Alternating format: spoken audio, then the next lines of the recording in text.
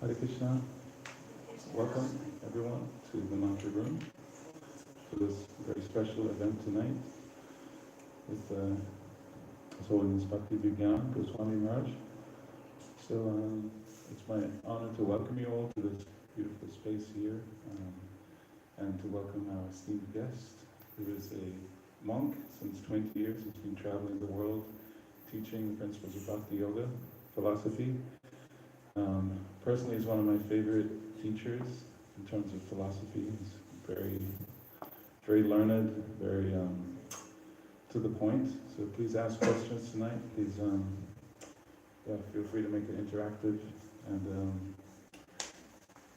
there's a whole. Sri Maharaj will tell more about himself. I don't know so much about him, but I know disciple of His Holiness Radhanath Swami, and he's done amazing things in the Soviet Union and bringing spirituality in a place where it was very difficult, from what I've heard from our Russian community. So he's done amazing things. We're very, very lucky to have him with us and very honored, and we'd like to welcome him. Tonight's topic is what are the Vedas? So, is it? Okay. I didn't know about this.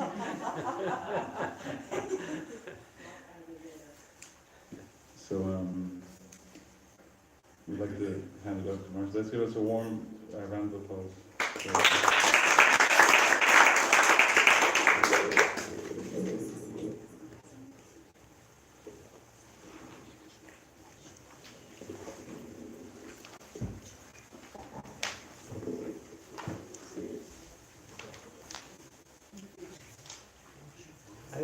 If you don't mind, I'll talk a little bit about mantra meditation and then let's see how it will bring me to the topic of the Vedas. Om Namo Bhagavate Vasudevaya. Om Namo Bhagavate Vasudevaya. Om Namo Bhagavate Vasudevaya.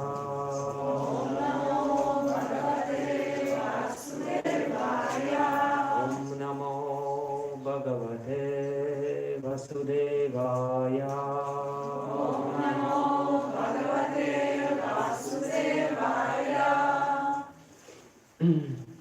Namo Vishnu Padaya Krishna Krishnaya Bhakti Bhakti Swami Namine.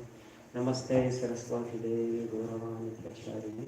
Nirvishesha Shunyavadi Paschatya Deshatarine. Shri Krishna Chaitanya Prabhu Nityananda Shri Advaita Gadadhara Srivasadi Gaura Bhakta Vrinda. Hare Krishna Krishna Krishna Hare Hare, Hare Rama Rama Rama Hare Hare. Dandah Pradeshyamam Vachimam Prasutta Sanjeevaya Tekiva Shakti Daraspadhanam Yamscha Hasta Charana Shravana Dvagati Pranam Namo Bhagavate Purushaya Purvini Svasastu Vishwasya Kala Prasidatam Deyantu Bhutani Shivam Nipodina Manascha Badram Bhajatata Dokshaja Hare Shetanam Mati Matyahari Ki.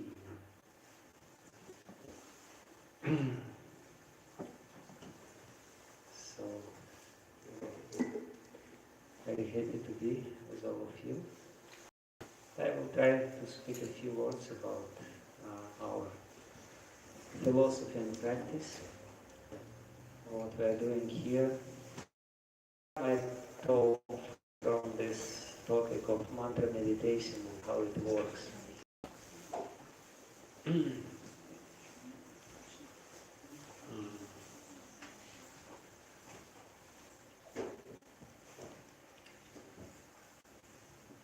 The very word mantra, and we are sitting here in mantra room, so it's probably a good idea to know what is mantra. The very word mantra consists of two roots. One is man, and man means manas, mind. The English word man is coming from the same root. And basically, this root, verbal root, means thinking. And tra means to protect. So the word mantra, by its derivation from these two roots, basically means to protect us from thinking too much. This is the tendency which, unfortunately, especially nowadays, every one of us has, because we're always worried about so many things, we're concerned with so many different topics, and we can always hear this voice of our thoughts within our mind. And we may not understand it, but this is a greatest source of the wastage of our living energy. We're dissipating very valuable human energy, energy of our life, in this process of thinking all the time, worrying all the time, and sometimes we can even feel the heat which is coming out from our head, because this process is always working. It's always constantly, practically 24 hours a day, there is something which is going on within our heads. Our head is a very peculiar phenomenon. Our brain hardly takes 5% of our body weight. You know, it depends on your body weight. Sometimes it's even much less, you know, if you have a huge body weight. But it's a relatively small organ, but it takes approximately 20-25% of all the energy which is used by our body. In this very process, in the process of thinking all the time and worrying about so many different things, you know, and if we notice, if we start doing this journaling or try to understand what is going on within our head, within our brain, we'll be surprised how many different topics are being processed simultaneously in this little space between two ears. So when the ancient fathers of Vedic culture coined this word, mantra, they were concerned exactly with this. They were concerned about how we waste our energy in this process of hazardous or chaotic thinking about so many things, sometimes unnecessary.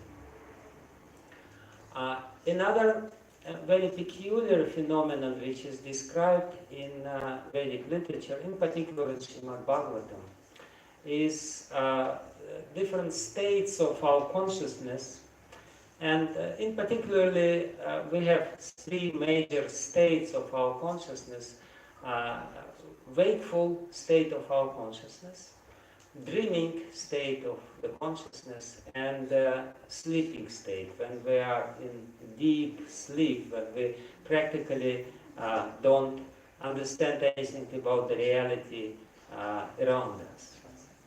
And again, according to Srimad Bhagavatam, these three states of consciousness, they correspond to the influence of three modes of nature, three gunas. Sattva guna, perhaps you know this, Sattva guna, the mode of goodness, is in charge of our wakeful state.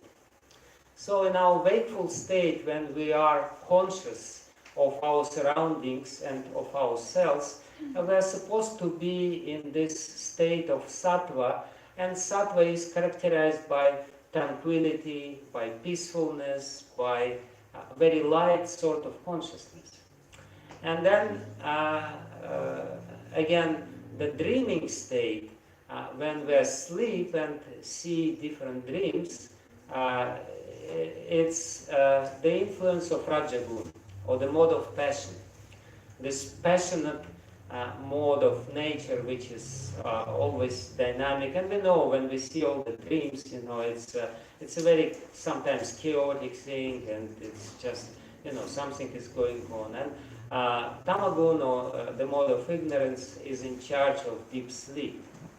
So what is interesting, what I want to bring here is that even though when we say that Rajaguna is in charge of our dreaming state when we are sleeping, actually when we are in wakeful state, and when this mode of passion, rajas, overcomes us, we ultimately seeing dreams while we are awake. We think that we are awake, but in reality, we are not really conscious of what is going on around us. We're always dreaming about something in the future. It's very rare when we are present at present. Usually our mind is dreaming about some future, how I will be enjoying, you know, Christmas is coming, so it will be a nice time, and then, you know, I will go somewhere for vacation, or next year something nice happens, really, or something else, whatever. We always have some dream to dream about, even when we are awake. So we're wasting our energy in this dreaming condition. Even while we're awake, very rarely we present at the present moment. And this condition of being present, really present, to be in present, it's actually a very pleasant condition, because the mode of goodness, sattva gun, brings this lightness and this very tranquil and nice state of consciousness. But usually, even when we are awake, we are in some sort of dreaming state. And that's another problem of the consciousness. That's another problem which we have to deal. And we all know, we all know this famous slogan, be here and now. But we all know how difficult it is to be here and now. It's much easier to be somewhere else and in some other time. The most difficult thing is to bring us at the present moment, whereas the only important thing which is going on at present. Something which will be there in the future, it's illusion. It's not really there. So these are all the problems of our conditioned consciousness, which is bombarded by this external energy, by these modes of passion, modes of ignorance. And because we're dissipating so much energy during our wakeful state, then we have to sleep, and even the sleep is not really peaceful, and we have to waste so much time in this deep, completely unconscious state during the night. So therefore, in all ancient cultures where the hygiene of the mind was very prominent, when people were concerned with the healthy state of our mental condition, there were some processes of meditation which would bring us at the present moment, and which would reduce this wasteful thinking process which is going on in the mind.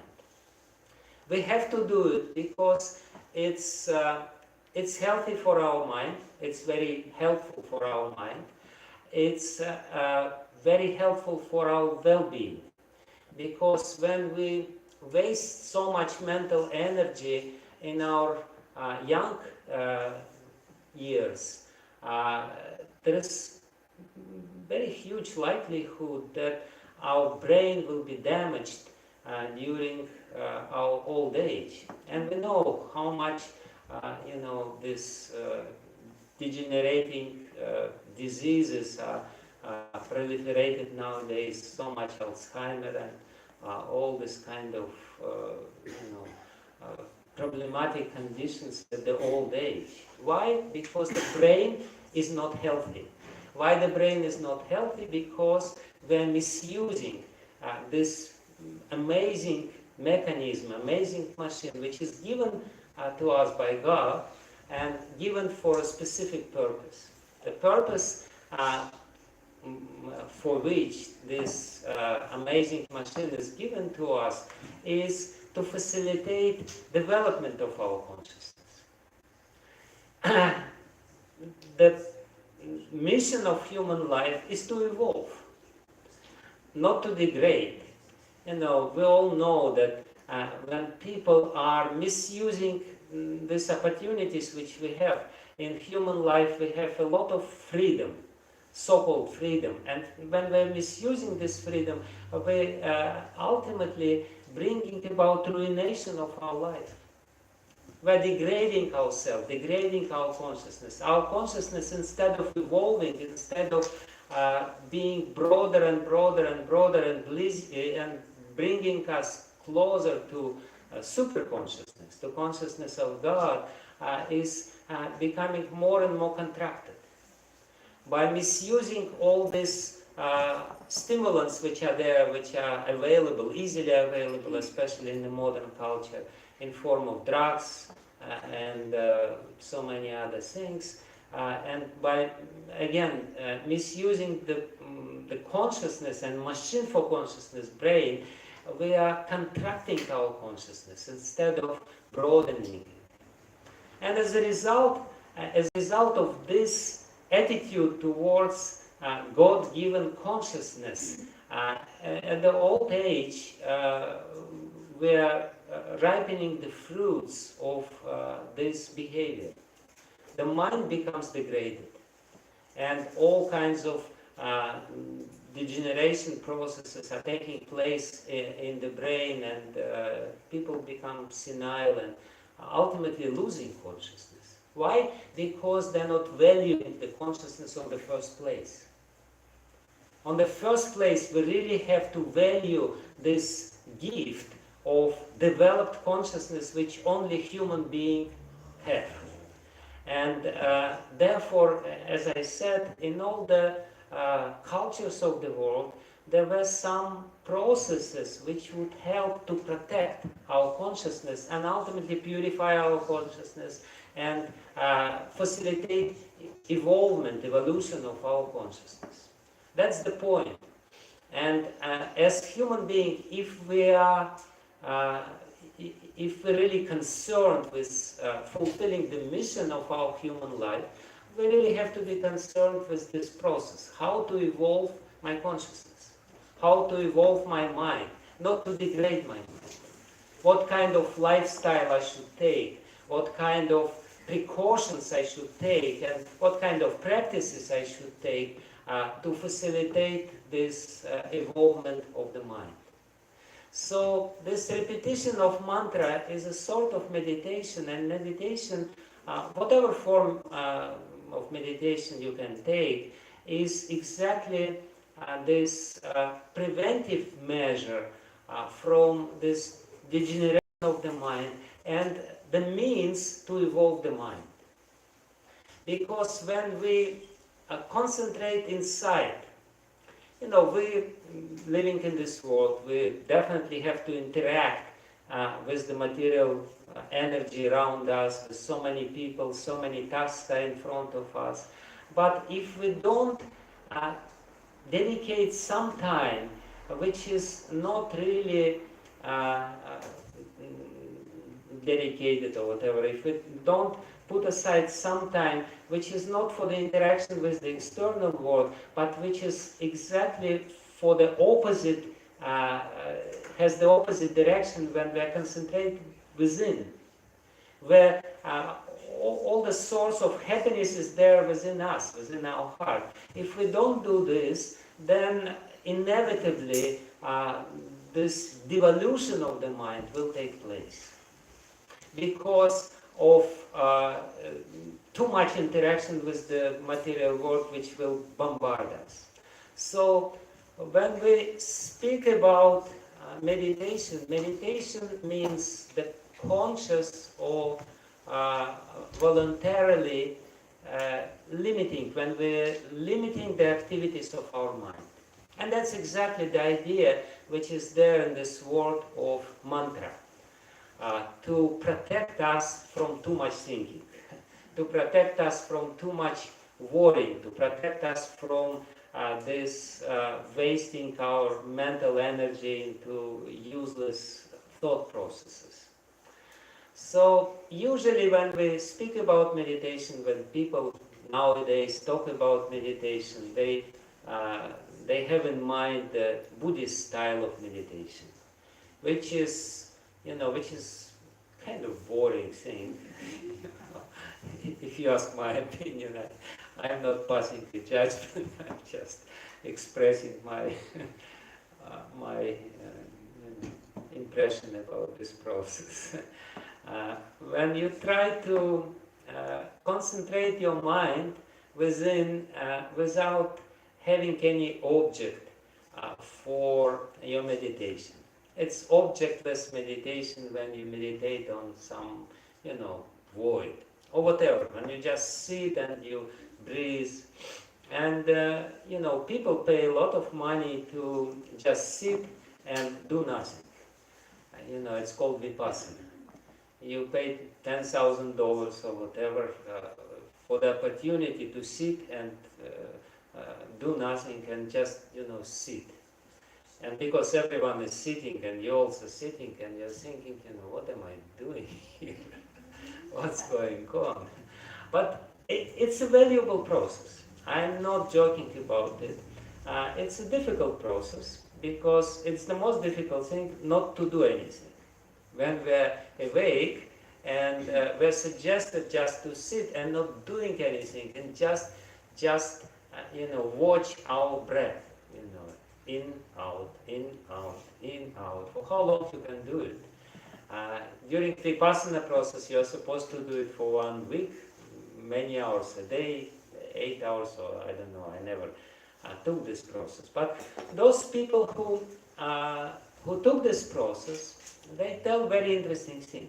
What is happening, so many things are coming during this process of complete silence, when you are artificially limiting your interaction with the external world, when your brain is not bombarded by all the stimulus of the senses, and you are kind of limiting yourself in this controlled environment, then very interesting processes start taking place in your subconsciousness.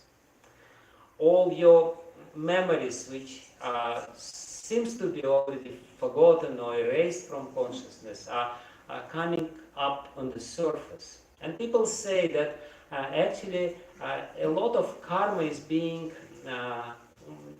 kind of eliminated or given up during this process because some negative emotions are surfacing, and you all of a sudden you start crying because of these negative emotions. All these things are buried in your consciousness or in your subconsciousness. And you don't even know about the existence of this, but all these things nevertheless influence your conscious condition and influence it in a negative way. So if you go through this process of meditation, all these negative things which are accumulated in your consciousness, they are more or less coming out, and you can give up a portion of it, a small portion of it, because actually it's like an iceberg. The conscious mind, maybe hardly 5% of our consciousness. The rest of it is stored in our subconsciousness, and in this subconsciousness so much garbage is there. And this subconscious storage of all the garbage, of all the memories, of all the negative emotions, of all the resentment which we have, of all the traumas which we underwent, it influences imperceptibly, or sometimes very perceptibly and very tangibly, our conscious mind. So the process of meditation is to purify this consciousness, and more than consciousness, to purify subconsciousness. The most important and most difficult job which meditation does is to purify subconsciousness from all this accumulated dirt which is there. All these conceptions, all the misconceptions, all the guilt which is there, I did this wrong and I did that wrong and I inflicted some pain to other people. It's all there. It's all within our subconsciousness. And people pay a lot of money to go to psychologist or psychotherapist, and but they can only free tiny little portion of all this dirt from your consciousness. There are much more powerful processes, much more powerful methods which help us to alleviate this problem which is there in everyone's mind. And as I said, this process is called meditation, but objectless meditation in Buddhist style is difficult. First of all, it's difficult. Second of all, it's not even that powerful, because it's a powerful process, no doubt about it, but there are more powerful processes which are more natural. It's unnatural to be concentrated on something which is nothing. to try to concentrate your consciousness upon void or emptiness, or not to have any object of your meditation is artificial. It's not really natural for the mind. For the mind, it's very natural to have a particular clear object of meditation, and this clear object of meditation, if we manage to concentrate our mind on this particular object, it will actually bring us a lot of happiness. What will happen if the meditation takes place, real meditation, and real meditation taking place means that we are concentrated on the subject of meditation.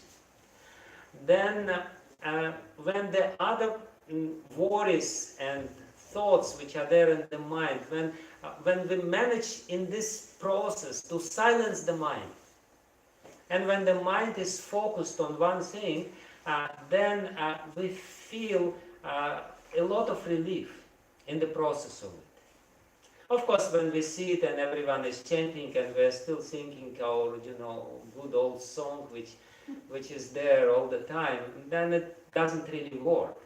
But when we manage through this process, through music, through this beautiful sound, the sound of Krishna's name, which is non-different from God himself according to Vedic literature, when we manage to do it and all other thoughts become silent, we immediately feel elation inside. We feel joyful just because of this meditation that it really successful. What I mean to say is that according to yoga scriptures, when we meditate on something, our consciousness expands. Whereas when our consciousness is jumping from one object to another, when our consciousness is fragmented through this process of chaotic interaction with the material world and all kinds of worries, this worry and that worry, then our consciousness contracts. And again, according to the yoga philosophy, the feeling of happiness, when we experience what we call happiness, it's a very difficult thing, how do we define happiness? It's from one point of view, it's the most obvious thing, why do you have to define happiness? I just feel happy. Why should you define it? It's so obvious and so clear. But at the same time, if you try to define it, it's very difficult to define what you call happiness. What is this experience which is called happiness? So yogis, they say, this experience which you call happiness is nothing but the expansion of your consciousness. The consciousness has this ability to expand and to contract. And subjectively, when consciousness contracts, when it becomes very narrow, you feel very uncomfortable. You feel completely stressed out and worried. And that's exactly what's happening in normal life. When we have so much worries and our consciousness fragmented, when it's dissipated, then our heart, and heart is the name for consciousness. Our heart, and yogis, they say that the heart is like lotus flower. And this lotus flower, as there are these big lotuses, Indian lotuses, sometimes they are, they contract and sometimes they expand. So when the consciousness expands, this is what we subjectively call happiness. It's very interesting because Sanskrit and Hindi word for happiness is sukha. And literally the word sukha, su means sundara, sundaram means beautiful, and ka means ether, space. So the idea behind this word and behind this definition, yogic definition of happiness, is that when our heart expands and there is a lot of space within our heart, then we feel happiness, we feel this elation, we feel joy. And the contrary process, when the contrary process, opposite process takes place within our heart, when the heart becomes more narrow and contracted, then it's called dukkha. The space within the heart. Actually, again, in Upanishads and in yoga, it is said that within our heart there is a chidakash, there is a space which is spiritual by nature. It is said in all the scriptures of the world, in many scriptures of the world, that God is within us and God's kingdom is within us. What it is said in Bible. So the same thing is said in Upanishads, where it is said that Chidakash, the little spiritual space, is there within our heart. So when we talk about expansion of consciousness, we actually mean this. Because consciousness is spiritual by nature. At that moment, this spiritual space which is there within the heart becomes broadened or expanded. And this is what we like. And yogis say the condition for the easiest way to do it, and the most practical way to do it, the most, how to say this, the most natural way to do it is through meditation. Sometimes people thirsty for this experience of happiness, they try to expand this space within the heart or experience happiness by artificial means. You know, some drugs may give you temporary experience of this. But the result of this artificial experiment with our heart or with our consciousness, like, you know, some years back, people, hippies were experimenting with LSD.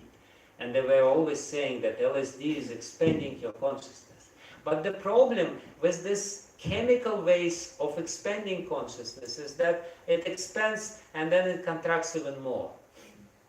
And you need new portion of it to expand it even a little bit, and it contracts even more. Because it's artificial. It's not natural. It's something against the nature. It's nothing which can give you lasting result. The only natural method of expanding your consciousness is through meditation. And this mantra meditation which we were doing in the beginning of our program is exactly about this. And again, if we understand the mechanism and what we're trying to achieve, if we really concentrate our consciousness on this sound and understand that this sound, this beautiful sound of pure words which indicate God, if this is the best object of meditation, because by meditating on this sound, we are coming in a natural way, coming closer to God, who is the source of all consciousness, who is the most expanded consciousness ever. So by chanting His names, we are connecting with His consciousness. Our little tiny micro consciousness, individual consciousness which is there, by the means of connecting with this super consciousness, will become expanded in a very, very natural way. The process itself of concentration of meditation helps to expand, but the object of meditation, which is God, makes it even more powerful. So that's the mechanism behind this whole thing, and this is the secret. And ultimately, this is the secret of how to become happy and how to free our consciousness again from all these unwanted thoughts and unwanted worries and so on and so forth. Therefore, the definition, the Sanskrit definition of mantra is mananatrayate iti mantra. What is mantra? Mantra is something which, again, trayate helps to protect you from too much thinking, from too much worry, from these useless things, and brings you ultimately closer to God. So that's a few things about this. And in general, respect to the organizers of this program, I should probably say something about this as well. So, in general, if we are talking about Vedas, the word Veda means knowledge. And what is knowledge? Definitely there are so many kinds of knowledge, especially in now, in today's world, in the modern world. There's no, there's so much different kinds of knowledge, so many departments of knowledge. But the knowledge which is meant by Vedas is a very special kind of knowledge. It's a knowledge, of course, it's a deeper knowledge, it's experiential knowledge, and it's a knowledge about your consciousness. People nowadays, despite of so much advancement in all kinds of technological fields, including the computers and so on and so forth, they still know very little about the nature of consciousness. And usually they confound, they mistake consciousness with the mind, which is not the same. Mind, according to the Vedas, is a material element, and they mistake, again, they think that consciousness is an epiphenomenon of matter. That matter was evolving, and ultimately it somehow or other created consciousness. But it's a very strange idea, and even many scientists don't really believe. They understand that it's not about this. People think that when we do computers and the computer will evolve, and ultimately we will make some supercomputer, and this supercomputer all of a sudden will become conscious. No, computer will never become conscious. Because the nature of consciousness, again, according to the Vedas, is this ability to be a witness. There is a mechanical process which is taking place in the brain of some sort of information, all this are there in the computer when there is the flow of information and different, manipulations with the information. But that's not consciousness itself. Consciousness means I am who is the witness of all these processes. I am who is operating this computer. I am who is doing something with this mechanism. Computer is a mechanism, brain is a mechanism, our body is the mechanism. I, the consciousness, is something completely different. I'm the witness. Sakshitva in Sanskrit is the characteristic of Atma.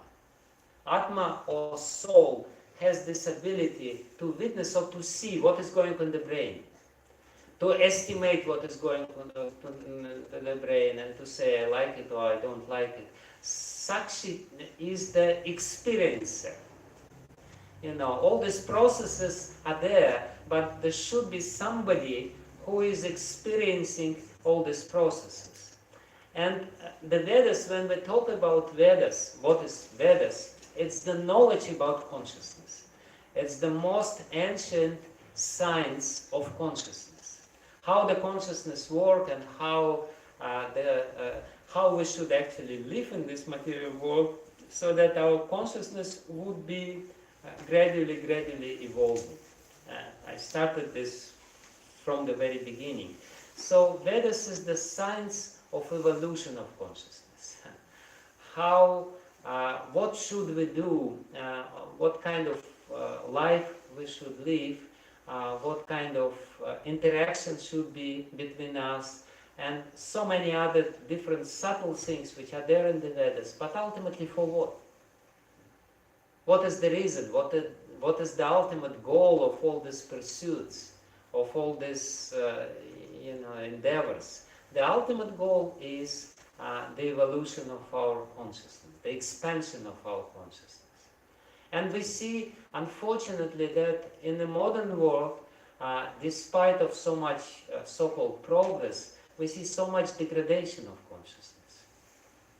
We can see clearly, few days back I was in New York, and I was in Brooklyn, and you just walk on the street of New York and you see what kind of people are there. And just today I was walking in the park and there was one person with his little, cart full with all kinds of things. And he was, he was crazy. He was yelling something and doing all kinds of things. You can see people are not happy.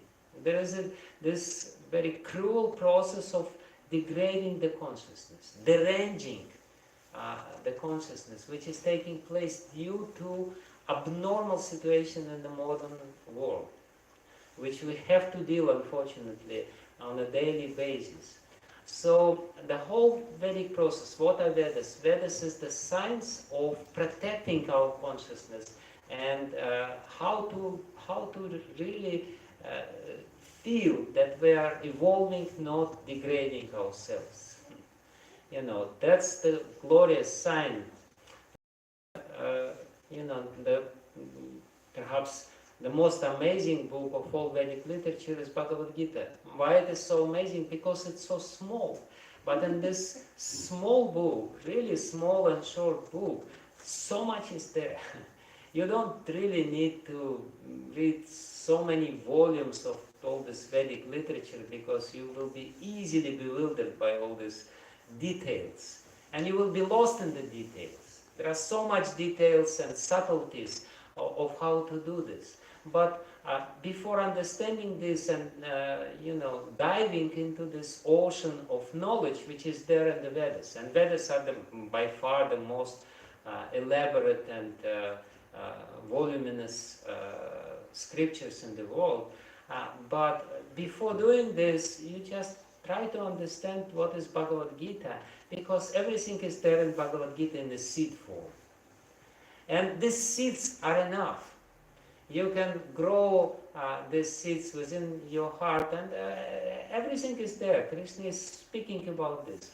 Whatever subject you can take is there in this 700 verses of Bhagavad Gita. Tomorrow is Gita Jayanti. Tomorrow is the glorious day when Gita appeared in this world. So it's proper to glorify this the most amazing book of knowledge, which gives you knowledge about this world, how to function in this world, how to live productive and harmonious life in this world, but at the same time how not to how to safeguard your consciousness from degradation, and how ultimately develop much higher form of knowledge by following the advice of Krishna in this little book. So, if we are talking again about the Vedas and about the importance of the Vedas in our life, again, this is the unique science which is not covered by the modern science. The science which is the most valuable for us, and the science upon which every other science should be based. Because when we try to base our science and our scientific understandings on a different foundation, when we try to develop it from the different point of view, the result of science will be destructive.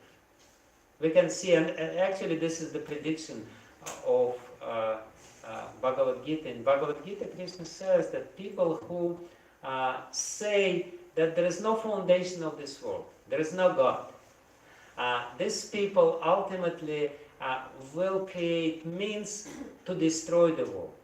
And that's exactly what is taking place now. People, because of this misconception, based on the materialistic premises, completely unfounded, completely unreasonable materialistic premises, they bring about ruination of the world. That's a logical result. It's a very, very understandable result. If you don't accept spiritual premises, if you don't really understand that I'm spiritual being, yes, I do have my body, I do need to take care of my body and of my mind, but ultimately I'm spiritual being and I have to really take care of my spiritual well-being, not only always worried about my material well-being or even emotional well-being or social well-being. The spiritual well-being is the most important factor of our life. We have to really understand I'm the spirit soul ultimately, and I'm not dying. We all know that we will not die. We can't believe how is it that I'll die. Yes. Everyone says that I'll die, but perhaps I'm an exception because it cannot happen to me. It's not feasible. I do exist. I am. Ahamas, me. I am here. And Krishna says, yes, you're the soul. You're not changing. Your body is changing. Your mind is changing. Your body looks old, but the soul never gets old. We all know this. We may live for a long time, but the soul is the same. Our consciousness is the same. Our consciousness is eternal, and the science of consciousness is there in the Vedas. This is what Vedas means. Vedas means the most profound knowledge of science of consciousness and how to evolve, how to develop our consciousness in a proper way. And the progressive life is the life of evolvement of consciousness. And the life which actually leads nowhere, which leads to the lower states of existence, is the life of degradation of consciousness. So that's little introduction about this whole thing. I guess it's enough to ask for questions.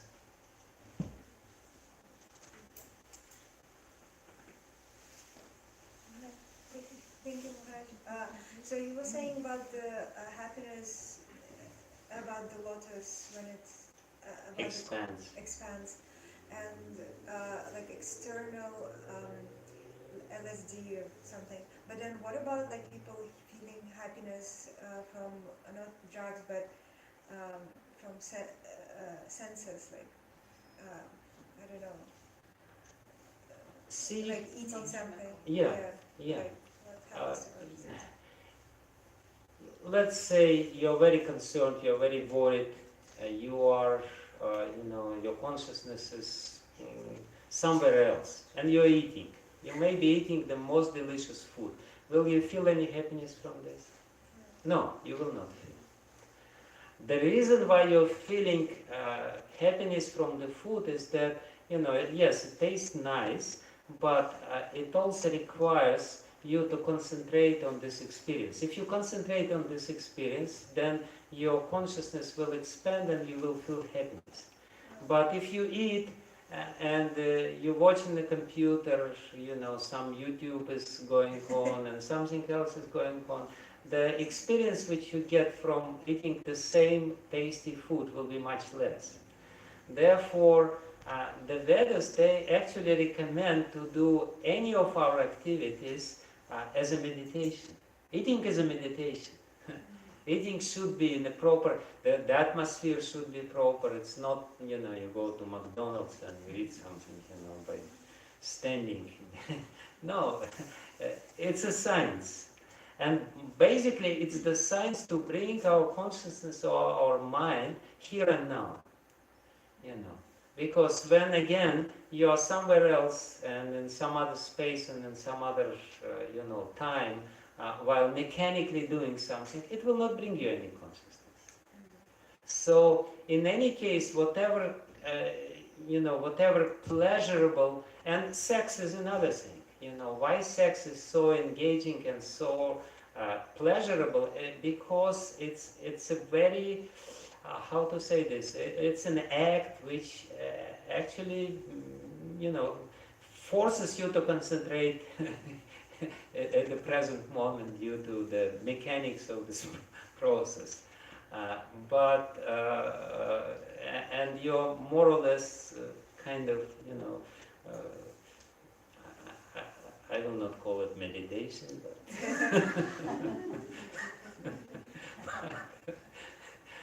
it's definitely something which is focusing you.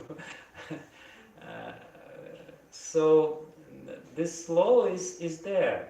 We can only feel happiness when our consciousness is focused. When our consciousness is dissipated, we will not feel happiness. We will not really experience happiness.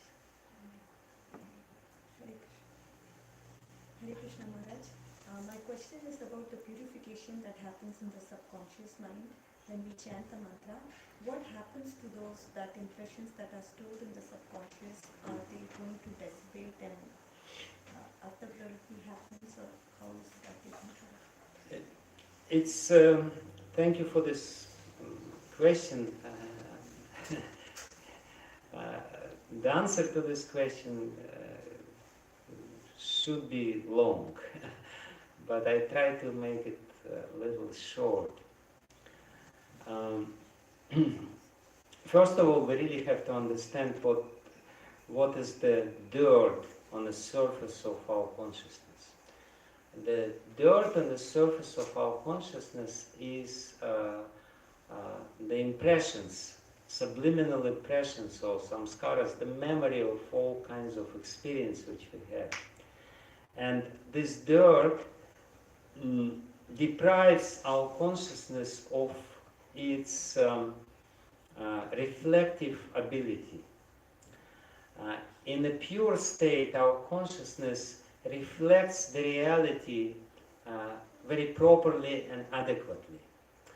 But in our present condition, when we have too much impressions stored within the mind, we get the distorted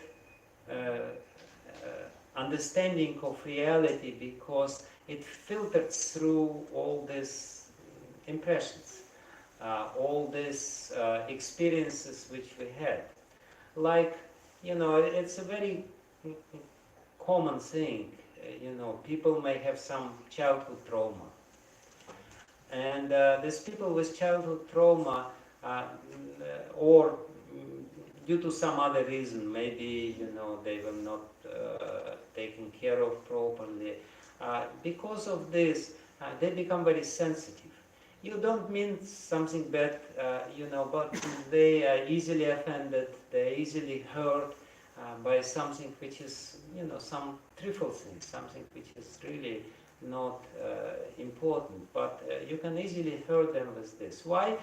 Because they're not really properly reflecting what is going on, what is coming to them from the external world.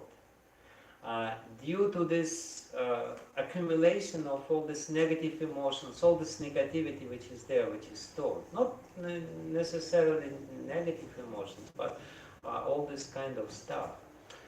So, according to Sankhya philosophy, our mind, or internal organ of the senses, antahkarana, has four main functions. And the most important one is chitta, or heart, this consciousness proper. It's sattvic by nature, it's the most subtle covering of the soul.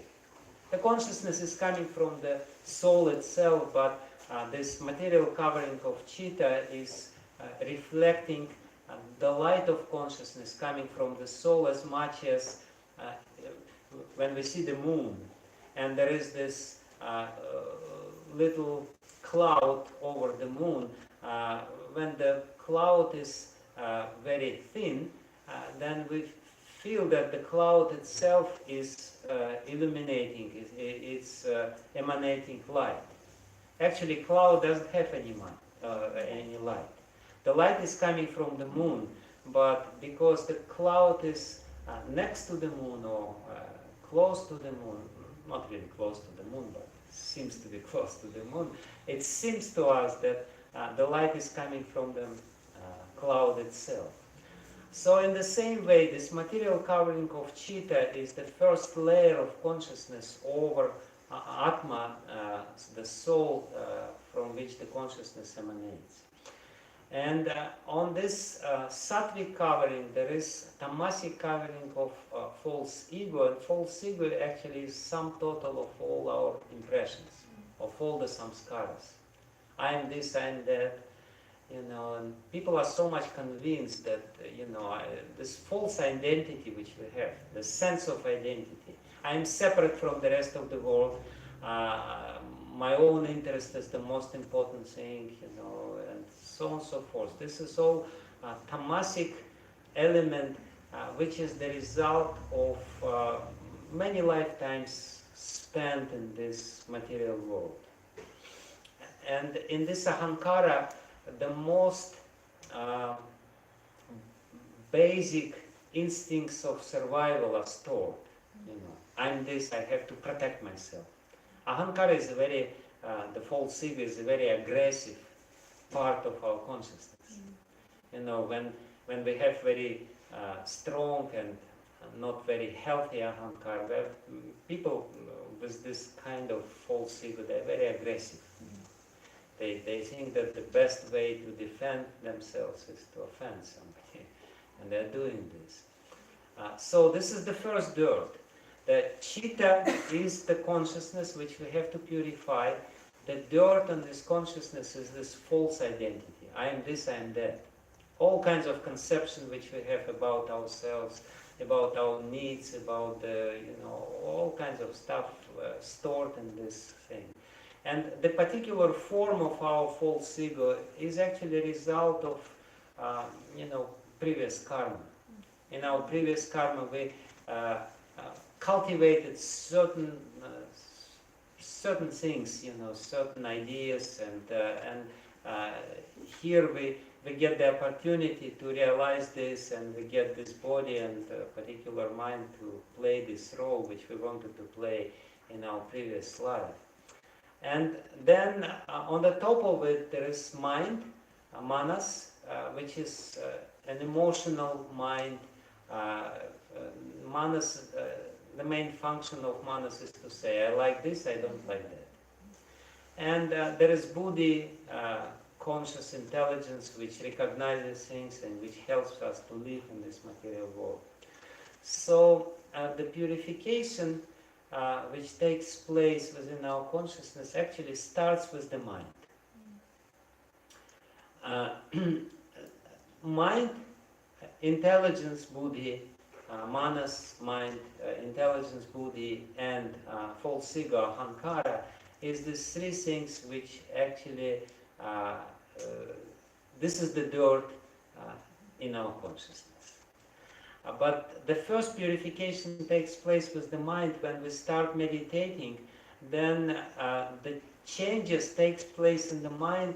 The liking and disliking of the minds become more in according to the reality. And now our liking and disliking, our raga and dvesha, attachment and dislikes which we have, hatred which we have, may not be natural. We may have artificial liking. We may like something which is actually harmful for us. And that's very common thing. People are attached to something which is actually not good, not beneficial for them. And on the contrary, they may dislike something which is beneficial to them. Like people may be attached to meat eating. Meat eating is not a very healthy thing, but they have the whole theory, not just meat, the red meat, the meat with blood. But the purification, when the purification takes place, then the liking and disliking of the minds become more harmonious with the reality. Something which is beneficial to you, you start liking, even though before you might not have liked it. but your tastes, preferences changes due to this purification process. And on the contrary, you start disliking something which is harmful to you. Naturally, this is what purification means. When the mind is functioning not properly, then your, the system which is there is not working properly. It's really harmful to you. And then your buddhi, your intelligence will become more pure when the purification takes place of these subtle things. It basically means that your thinking process becomes more pure. Now, oftentimes, we're cheating ourselves. There are how you say this, Deception.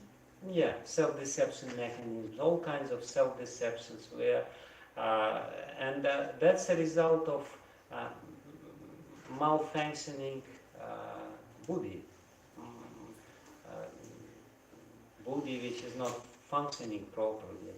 So the purification of it, it's basically what will happen. And buddhi is a very important mechanism, because by buddhi, by your intelligence, you understand the chain and effect relationship. And usually when we have improperly functioning buddhi, our understanding of cause and effect is very narrow. We can see it all the time. People with this narrow understanding of cause and effect, they try to, to solve the problem with some effect by eliminating the immediate cause without understanding the deeper cause. So when your buddhi becomes purified, then you see the broader picture. You really understand the cause and effect relationship, and you understand that God is behind this. There is nobody to be blamed with all the sufferings which you undergo. The only problem is you, because it's the result of your karma. So that's how the purification of buddhi, of intelligence, takes place. You see the broader picture.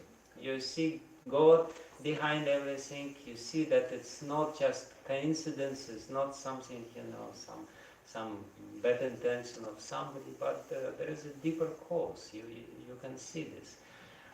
And then when your ahankara, ultimately, when your false ego becomes purified, you become less possessive, because ahankara, false ego, means me and mine, and you try to amplify your material possessions and everything, but you understand that nothing belongs to me really. You're not too proud of all your achievements. You understand that it's all results of somebody else's involvement and this thing, and you become really humble. That's the sign of purification of your ahankara. And when all this takes place, you become more humble, more tolerant. You become nicer human being, really, because when people have, too big ego, it's not nice. It's not good. So, and then by this process, your consciousness becomes more peaceful. You become much more, understanding others, more empathy you can manifest, and you become much more pure in your consciousness. So that's how it takes place. But Maharaj, just a follow-up, Maharaj. On the chitta, in your previous lectures, you talked about it being unconscious. So when you say chitta, it is the database, the repository of information, as you mentioned, which is stored, and which is why you identify what is that and things of that nature. So I wasn't sure what that term unconscious meant. And with regards to Manas Maharaj, Sankalpa and Vikalpa are also functions of Manas, isn't it? Yeah. Okay, apart from the Manas being the storehouse of emotions.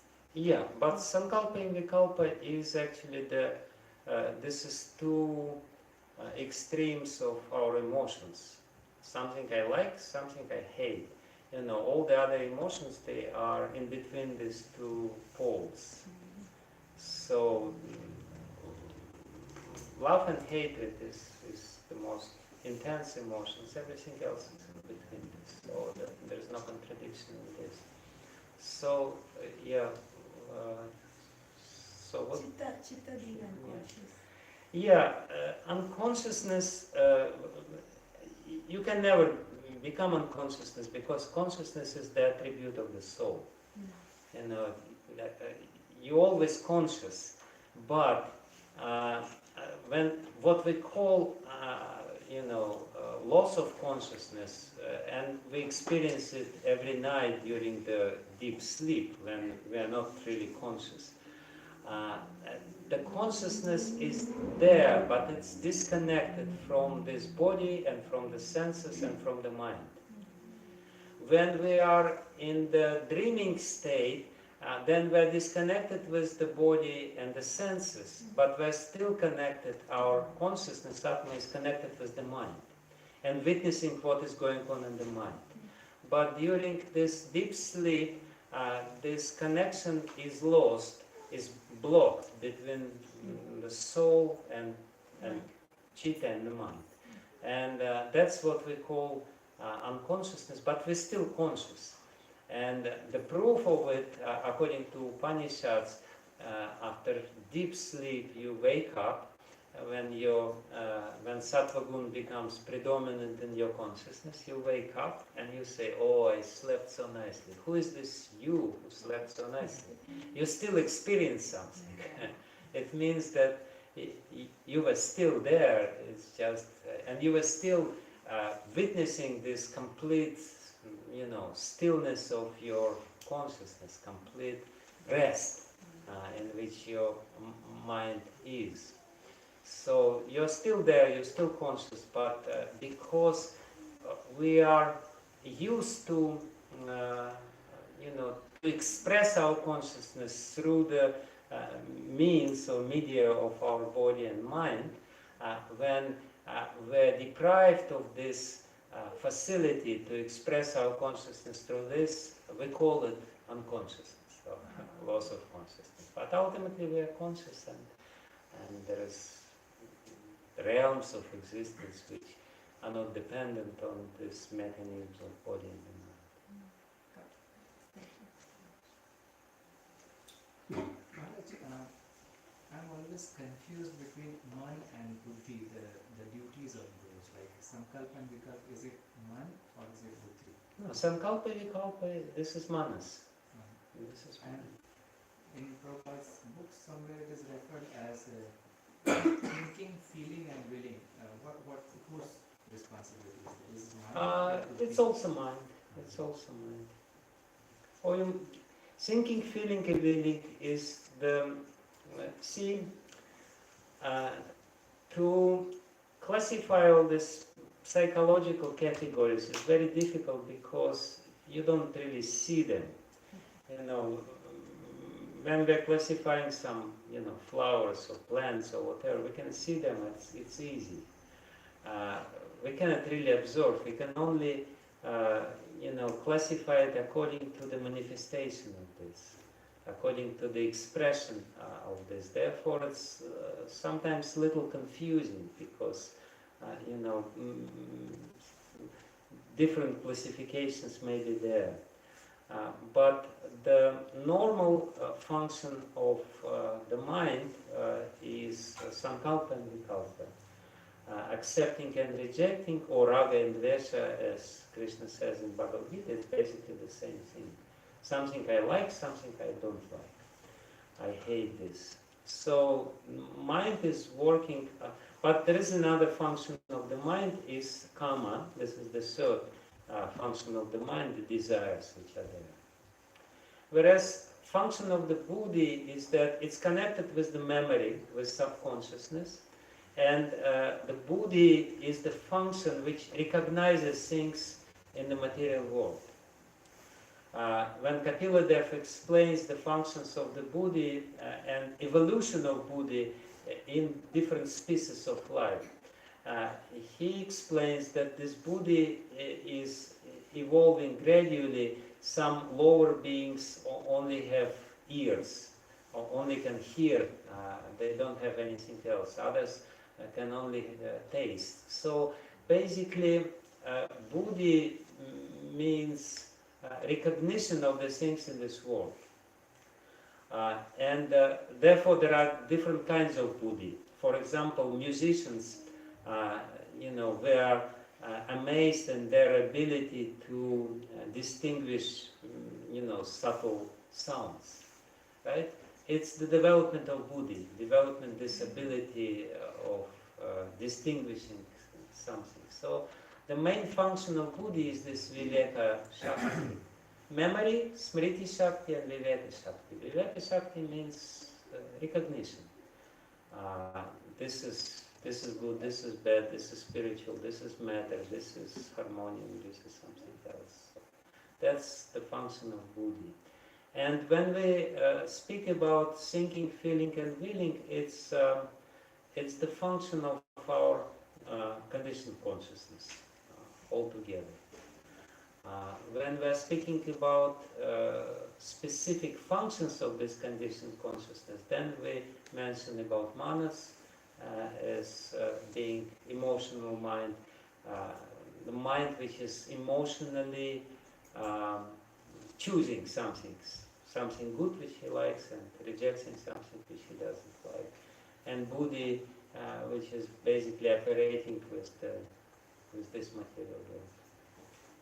And also, like the consciousness, when you say consciousness, it ideally is a spiritual consciousness, right? But the other is contaminated. Yeah, it depends in which context. For example, the same example with food or any sense gratification or sense enjoyment.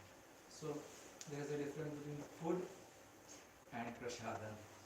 Right? So food is like I eat, and the other is I honor. So it's like if I eat, then there is a start time and an end time, right? Like the enjoyment is fixed.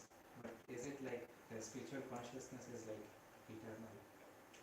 Yeah, consciousness by nature is spiritual, but when we identify through the means of false ego with matter, the consciousness becomes polluted and it becomes connected with the matter. And this polluted consciousness is conditioned consciousness. But ultimately consciousness is consciousness.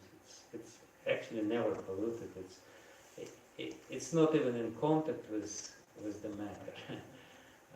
But due to this very mysterious knot of false ego, we start projecting our consciousness into the matter. So consciousness is always spiritual, but when we project our consciousness upon the matter and start identifying with the matter, then it's called conditioned consciousness or polluted consciousness.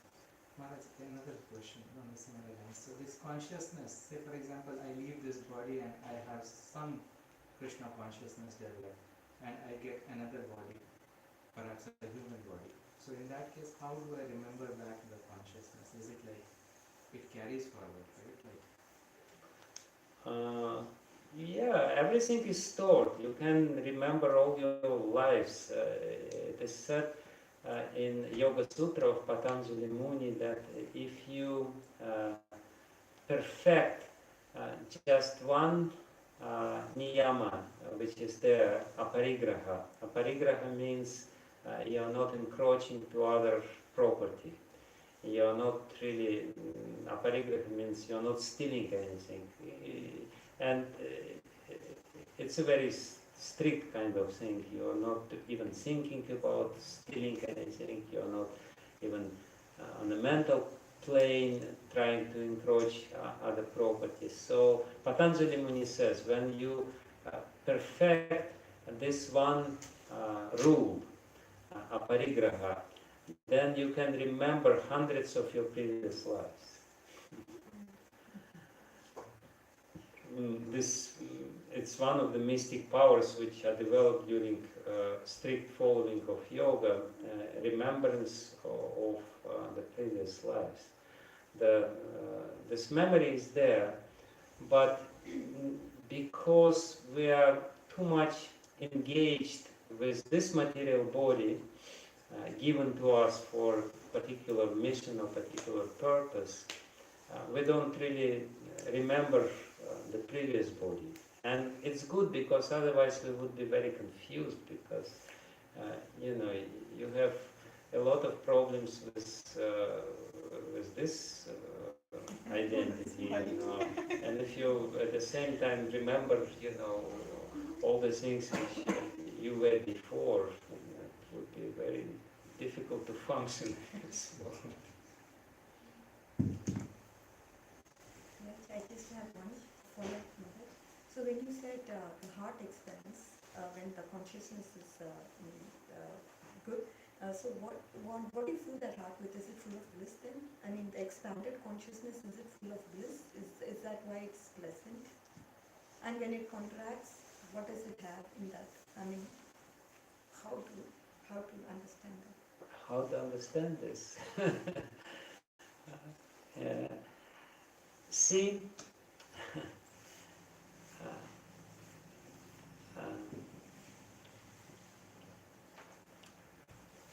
let's say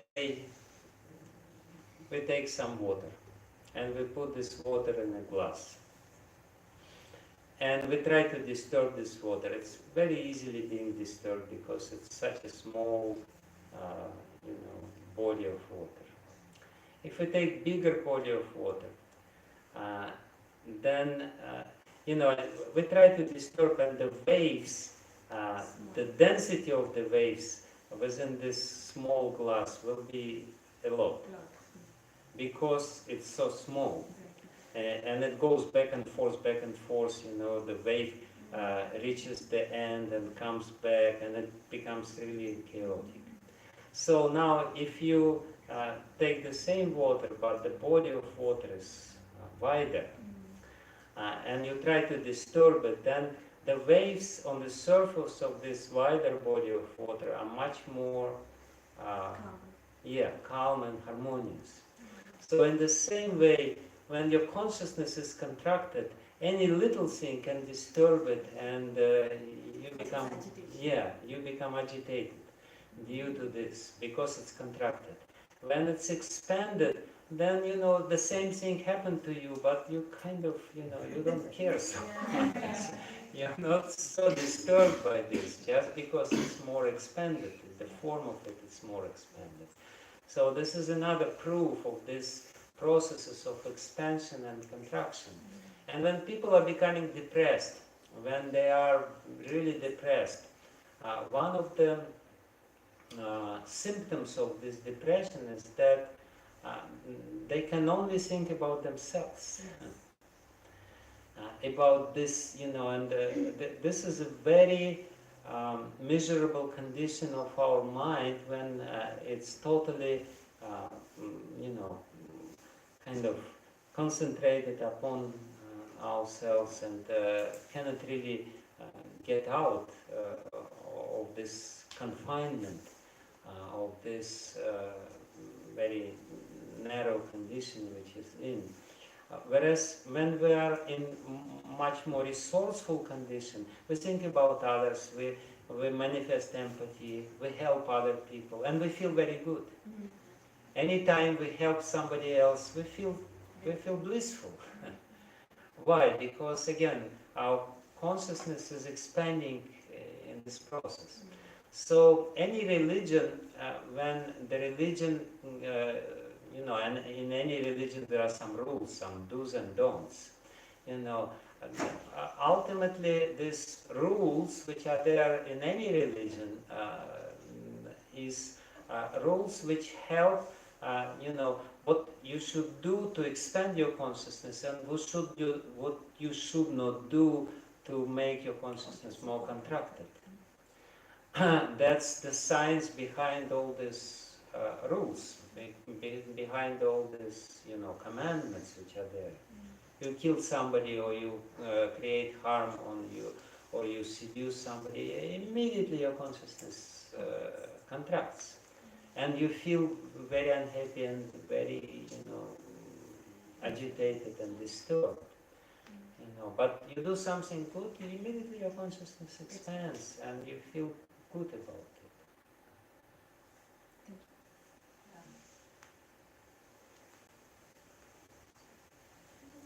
Yes. What's the purpose of emotions and how are they tied to our thoughts? And what comes first? Is it the emotion and then the thought is like rationalizing or making sense of the emotion? Or is it the thought first and then the emotion Okay. follows? Emotion, the very word emotion is coming from Latin word emovere, which means emotion is a certain powerful energy which moves us. So emotions is the energy which actually pushes us in a certain direction and defines the course of our life. We are basically emotional beings. We are proud, sometimes human beings are proud that they're rational, but actually they're not rational. They're not Homo sapiens, they're Homo emoticus in reality. We're driven by emotions primarily, and you are very aptly asking these questions, what comes first? We think that first comes rational understanding, but actually first come emotion, and then we rationalize our emotion and we justify our emotions and we explain that our emotions are right and everyone else is wrong. So this is how it works. We feel certain emotions and then we turn on our rational capacity, and the only purpose of rational capacity is actually to justify our emotions. So how it works, as I said, according to philosophy of Sankhya, or Sankhya psychology, or psychology of the Vedas, let's put it in a more general way, there is this consciousness which is peaceful by nature, chitta, and then this ego is there. And ego is directly connected with this emotional mind. And ego is a very sensitive thing. Ultimately, it's ego which defines what is good, what is bad for me,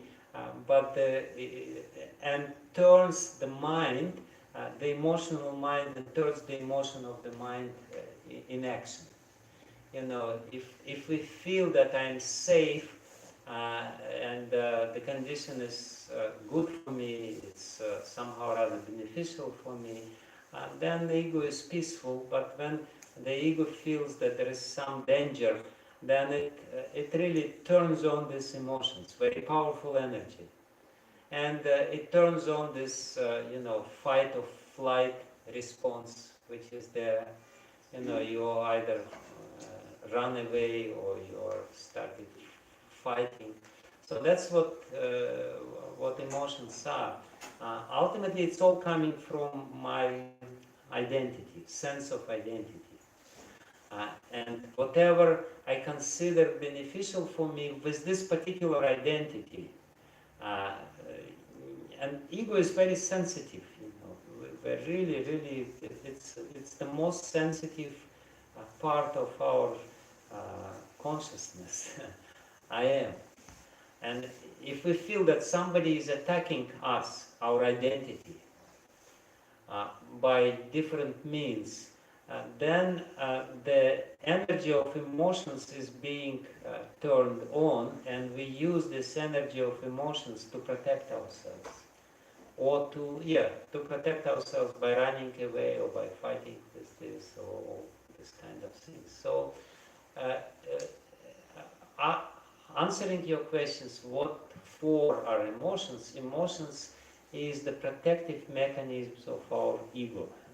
This is how our ego or identity, material identity, is protecting itself from the external world through these emotions.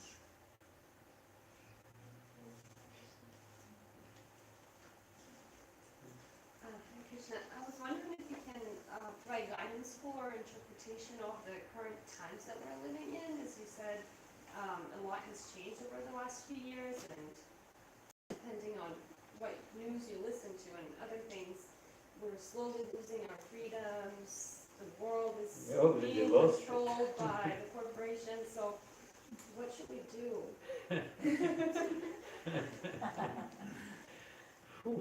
It's a loaded question.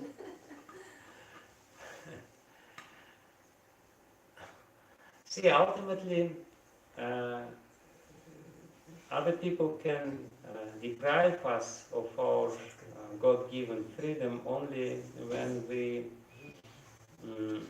agree to this, in the sense that, well, you know, what is going on in the world is that, yes, people are becoming more manipulated and more controlled by different means. But ultimately, we do have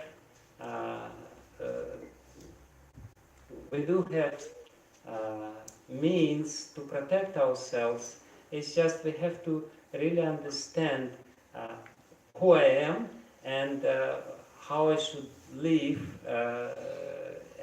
and how I should live so that my God-given freedom is not being taken away from me.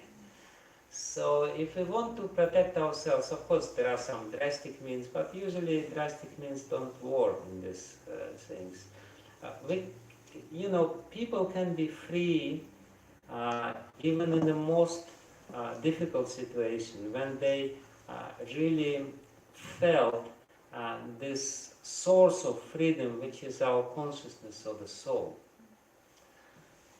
There was this famous Austrian psychologist, Viktor Frankl, who was in Nazis' labor camp, in Nazis' camp. And he said that I found this ultimate freedom in myself, within myself, by sitting completely naked in a prison cell, when the danger of imminent death would be coming to him. And he ultimately, in this horrible condition, he all of a sudden he had this enlightenment, and he felt that I still can be happy even in this condition. I, the soul, consciousness, still don't have to depend on this situation and be humiliated by this situation. And that's how he survived, because he found that I am free. So if we want to find a remedy against this condition, the most proper remedy is to understand who we are really, in the real sense, and to choose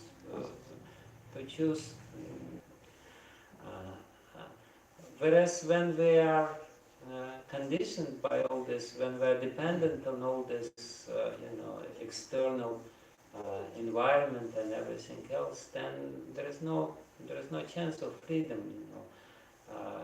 In any case, we are controlled. We are controlled by all this consumerism, by all this advertisement and everything else. They are manipulating our consciousness, and we easily being manipulated because we actually lost the most precious thing, who I am, this dignity of being the soul, which is part of God, and not part of this horrible world. And yes, I can say more about this, but I don't think there's a need. Actually, I have to finish now because I really have to. Something else starts in my life. So.